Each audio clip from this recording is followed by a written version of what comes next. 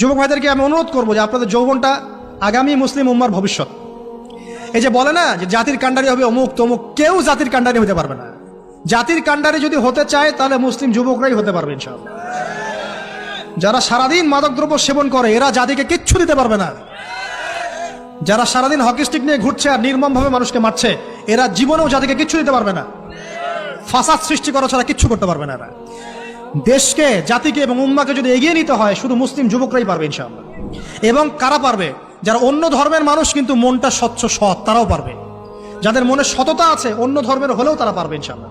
যার মনে সততা নাই সে পারবে না কখনো। করাপ্টেড, দুর্নীতিপূর্ণ মন নিয়ে কখনো দেশের খেদমত, জাতির খেদমত করা যায় না। বাংলাদেশের সবচেয়ে বড় সমস্যা দুর্নীতি। বাংলাদেশের 1 নম্বর সমস্যা দুর্নীতি। দুর্নীতি যদি না থাকতো আর সমস্ত কালো টাকা যদি সাদা করা যেত, বাংলাদেশের মানুষকে আজকে না খেয়ে মরতে হতো না। 65% মানুষকে আজকে এই খাবারের সংকটে ভুগতে হতো না।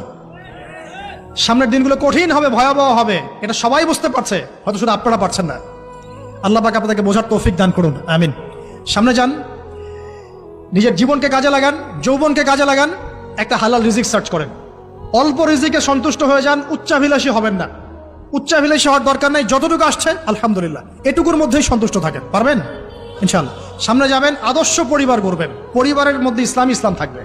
পরিবারের পিতা হবে ইব্রাহিম, পরিবার সন্তান হবে ইসমাইল, পরিবারের স্ত্রী হবে হাজরা অথবা সারা আলাইহিস সালাম। দিনদার ছেলে নাই, বিয়ে নাই।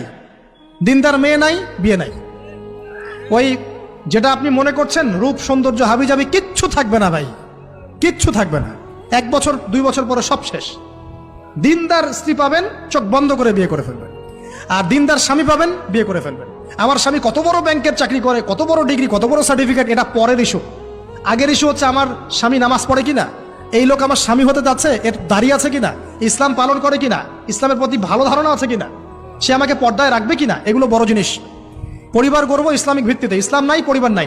এমনকি পরিবার গড়ার পরেও যদি দেখেন যে পরিবারের সদস্যদেরকে বোঝাতে বোঝাতে আপনি ক্লান্ত হয়ে যাচ্ছেন, পরিবারের সদস্যদেরকে দিন বোঝাতে আপনি ক্লান্ত, কিছুতেই দিন বুঝতে চায় না, আপনি আসহাবুল কাহাফ হয়ে যান, তাও ভালো।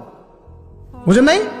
আপনি নিজের চটকা তেল দেন, ওটা বাদ দেন, ওর কবরের হিসাব ওর উপর ছেড়ে দেন, আপনি ইব্রাহিম হয়ে যান, আপনি আসহাবুল কাহাফ হয়ে যান, তাও ভালো।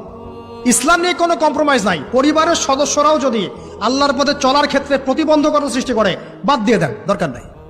আল্লাহর জমিন প্রশস্ত, আল্লাহর জমিন প্রশস্ত, আল্লাহর রিজিক প্রশস্ত ইনশাআল্লাহ। আল্লাহ পাক উত্তম আরো কিছু দিবেন আপনাকে ইনশাআল্লাহ তাআলা। খেয়াল রাখবেন, পরিবারের মধ্যে ইসলাম থাকতে হবে। এখানে কিন্তু আপনাকে কেউ বাধা দিবে না, এর কর্তা আপনি নিজেই। আল্লাহ পাক তৌফিক এনায়েত করুন।